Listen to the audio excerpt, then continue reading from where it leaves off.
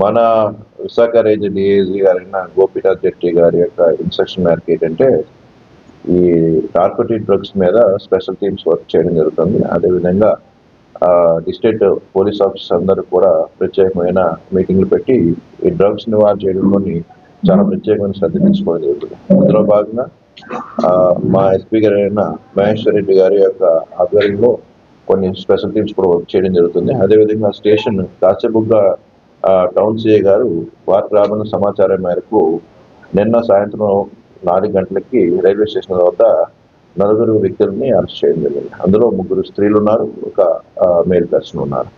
వీరు 4 బీహార్ స్టేట్కి చెందిన వాళ్ళు. వీరు గంజాయిని తీసుకుని వెళ్ళి బీహార్లో ఉన్న సుమిత్ గుప్తా అండ్ మనోజ్ గుప్తా అనే వారిద్దరికి వీరిద్దరు రిసీవర్స్. వీరికి సరుకు అప్పగించడం జరుగుతుంది. అయితే సరుకు కొనడం ఏంటంటే గీత అని ఒరిస్సా అని ఆయన ఆవిడ హస్బెండ్స్. వీళ్ళు యాక్చువల్గా రాయగఢ్లో ఉంటారు. అక్కడి నుంచి సరుకుని తీసుకొచ్చి గుంటూరు తీసుకొచ్చి వీరికి అప్పగించడం వల్ల గుంటూరు నుంచి ట్రైన్లో వచ్చి పలాస నుంచి మళ్ళీ చేంజ్ అయ్యి బీహార్కి వెళ్ళాలని ఒక ప్లాన్లోని పలాసలో దిగడం జరిగింది. పలాసలో దిగి బయటకు వచ్చిన సందర్భంలో చాలా టైం ఉండడం వల్ల వీళ్ళ కూడా మన క్రైమ్ టీం, మన సిఐ గారి యొక్క టీంకి వీళ్ళు దొరకడం జరిగింది. వీరి వద్ద నుంచి 4 కేజీల గంజాని స్వాధీనపరచుకోవడం జరిగింది. వీరిని విచారిస్తే వీరు గతంలో కూడా 3-4 సార్లు ఒరిస్సా వచ్చి సరుకు కొని ఈ రిసీవర్ తీసుకుని వెళ్ళడం జరిగింది.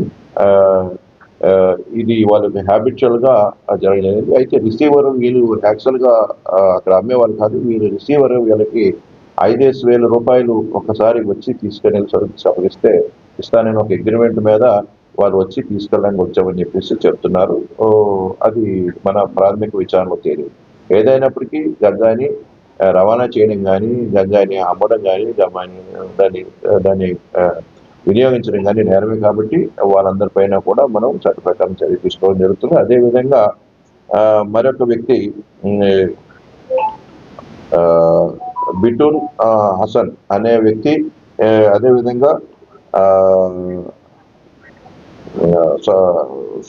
సుబ్రాత్ అనే పెరంబూర్ కేరళకు చెందిన వ్యక్తి, అదేవిధంగా అంబాజీహో అండ్ గతిగూడ విలేజ్ ఒరిస్సా అనే వ్యక్తులు కూడా వేరే కేసులో ఏంటంటే రిసోర్సెస్గా సోర్సు అండ్ రిసీవర్గా కూడా ఉన్నారు ఇందులో. ఎందుకంటే ఒక దగ్గర కొనడము, ఒక దగ్గర అమ్మడం జరుగుతుంది. మధ్యలోని వచ్చిన వ్యక్తి ఏంటంటే బితూన్ హసన్ అనే వ్యక్తి ఏంటంటే మనకి సరుకు తీసుకొని కేరళ వెళ్ళడానికి ప్రయత్నం చేస్తుండగా అతను కూడా మనకి రైల్వే స్టేషన్ సమీపంలోనే మన పోలీస్ టీంకి దొరకడం జరిగింది. ఇతని వద్ద నుంచి 2 కేజీల గంజాయిని మనం వశపరచుకోవడం జరిగింది.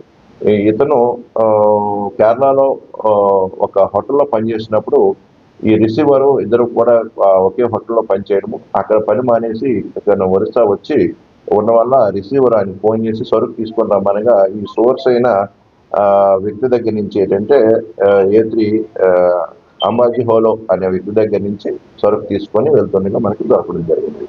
సో ఈ విధంగా గంజా కేసులోని ఉండడం వల్ల ఇది అత్యంత తీవ్రమైన నేరం. More than 10 years punishment minimum జరుగుతుంది. ఈ పనిష్మెంట్స్ వల్ల వాళ్ళ యొక్క లైఫ్ స్పాయిల్ అవుతుంది. ఈ వ్యాపారం వల్ల సంపాదించిన డబ్బులు కూడా ప్రభుత్వం సీజ్ చేసేయడానికి చట్టం ఉంది.